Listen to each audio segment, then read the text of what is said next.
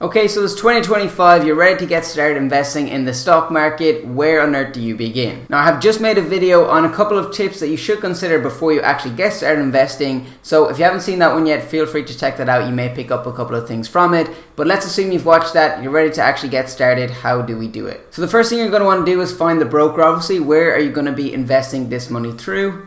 And I mean, there's lots of different options out there. I'll list a couple of them out here and the ones that I use. And I do try out different ones from time to time because they have different offerings, different features, different usability. So it's kind of find whichever one works for you. But I'll go through a couple of the ones that I like here. So the first one is Trading 212. This is the one that I personally use the most, mainly just because of its UI and some of the features that it has. It's really easy to use. It's really easy to deposit money. The Pi feature in particular is one that really swayed it for me. I have a video up here where I kind of utilized that feature and created my own ETF. In Ireland, ETF taxes are higher, and I'll get into that in a minute, than just individual stocks. So this kind of workaround allowed me to take advantage of that lower tax. And I'll also list out a couple of other ones that I've used and tried in the past and are reputable. So DeGiro is another one. Another one that we have is Trade Republic. And then of course, most people in Ireland have Revolut, and they do allow you to invest through stocks on Revolut. So that could be a handy option for you as well. Now there are other ones out there. Even at the time of making this video, I won't go into them all, but I would consider just taking a look, trying out a couple. No harm in downloading some of these, putting €100 in, trying it out and seeing which ones have the best features that will work for you. That's a good thing about how competitive the market is, especially in Ireland now, which has only happened over the last couple of years, that there's lots of competition, so they're all continuing to add offerings, and that means that it's good for the consumer, which is us in this case. So just going back to some of these, I'm just going to list out some of the other features that they have. Pretty much all of these at the minute offer interest on cash.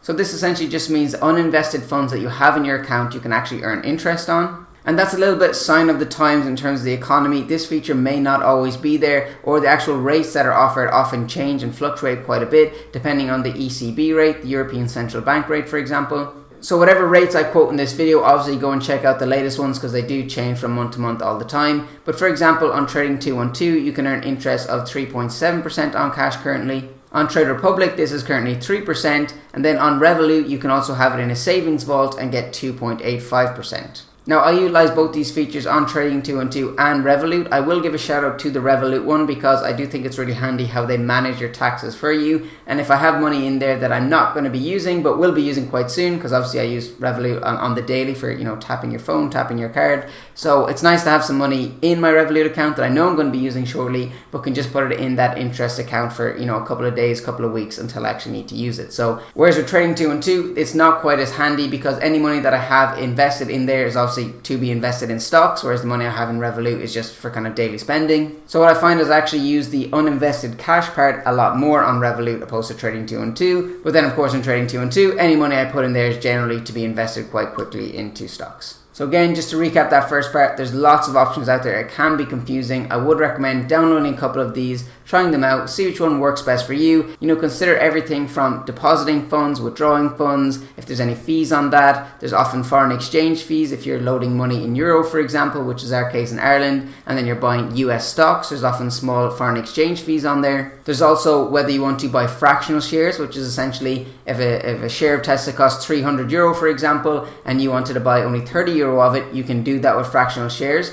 But then some other platforms may not offer fractional shares, and you'd have to buy that full one stock of Tesla for €300 if you did want to buy a share. So lots of different factors to consider. For any of the ones I'm affiliated with, I'll leave a link down in the description below where you can sign up and get some sort of welcome offer. For example, on Trading 212, you can get a free share up to €100 when you deposit on there. The next step then is to decide what kind of investor you want to be. This is a difficult one and something that's often hard to decide in advance. I know myself, when I first got started investing, I was going down the dividend investor route, which is essentially, there's a lot of stocks out there, not all stocks, but a lot of them will pay a dividend, which is essentially surplus on their profits. They pay that back to the investors, and it generally ranges from about 2 to 4% is a global average of a dividend. So for example, if you have €100 invested in a dividend stock and their yearly dividend is 3%, you will get €3 dividend payment from them. One thing to note as well though is that dividends aren't guaranteed, but generally it's in companies' best interest once they start paying dividends to continue to pay them to keep shareholders happy. A really good website is dividend.com that you can go on there, search any stock, and they'll give you a track record of their dividend,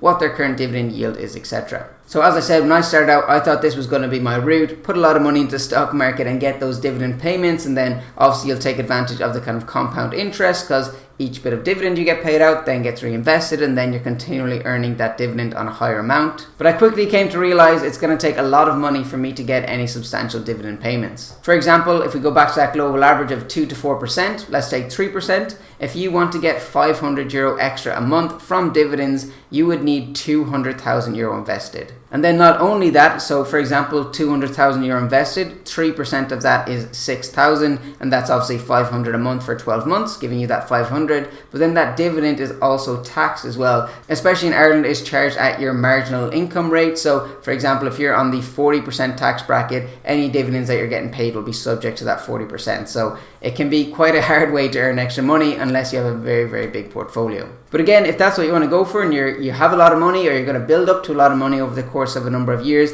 dividend investing might be the way to go. Another thing you can look at is just other individual stocks that have more of a growth stock. If we take Tesla, for example, Tesla don't pay a dividend. So you're purely banking on the market cap of the stock going up, not depending on any dividend payments to increase your shareholdings. And then we also have just investing in things like the S&P 500 through ETFs. And a lot of people decide to go down this ETF route with the likes of the S&P 500 because it's just easy to do. You can just put it in that. Don't worry about what companies are in there. They're always updating. The weightings in that S&P 500 are always updating. So it's just the top 500 companies in the US, and they'll take care of it, and you just put your money in every month. And then you also get the dividend payments from them as well, because a lot of companies in that actually pay out a dividend. But in the case of Ireland, you have to be careful of the tax rules. So familiarize yourself with the tax rules for the different investment types. For example, with ETFs, there's a 41% tax on profits, whereas for individual stocks like Tesla, for example, there's a 33% tax on profits. But once you get into that kind of fund, the ETF,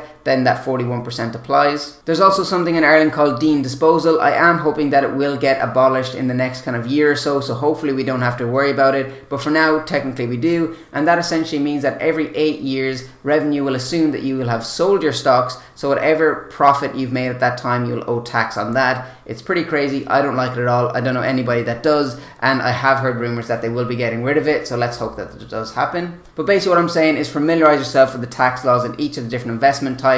For me, I prefer the individual stocks, but it does require a bit more time to stay on top of that and the news on that to make sure that, if something goes drastically wrong or fundamentals change within a stock, that you have to be on the ball and able to kind of swap and change that as you need. But just as a caveat to that, it is important to note that something like 99% of investors who don't invest in S&P 500 do not beat it. So if you're going the individual stock route, you're trying to get better performance than the S&P 500. In 99% of cases, you're not going to beat the performance of the S&P 500. So you can see the appeal and why people go for that, especially in Ireland, despite the higher tax rate. With individual stocks as well, they're subject to capital gains tax, as I mentioned, 33%, which means they also get the capital gains tax exemption every year. Of the first 1,270 that you make in profit is tax-free in Ireland. And then you can also write off any losses. So if, let's say, for example, you make 5,000 profit, but you also lost 3,000 on another stock, that will mean you just have a net profit of 2,000. And then you can obviously take that 1,270 from that 2,000, leaving with just a taxable gain of €730.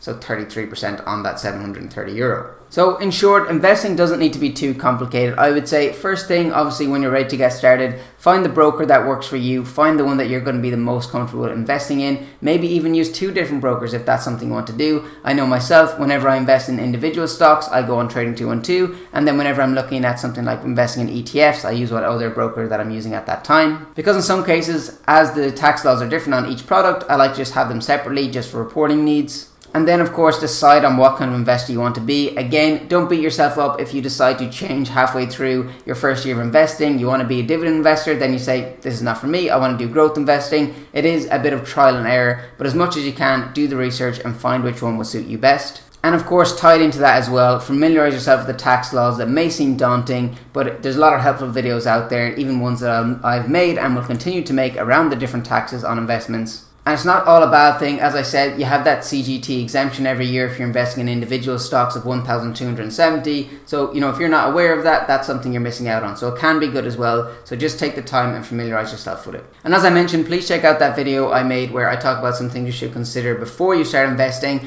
It mentions things like emergency funds, pensions, just things to consider before you kind of go straight diving into the stock market. But anyway, hopefully you did enjoy this video. As I said, feel free to check out the links below that I'll link over to those different exchanges that you can check out. And if you did enjoy this video, make sure you do like and subscribe to the channel. Thanks for watching. Happy 2025 to everybody, and I'll catch you in another video.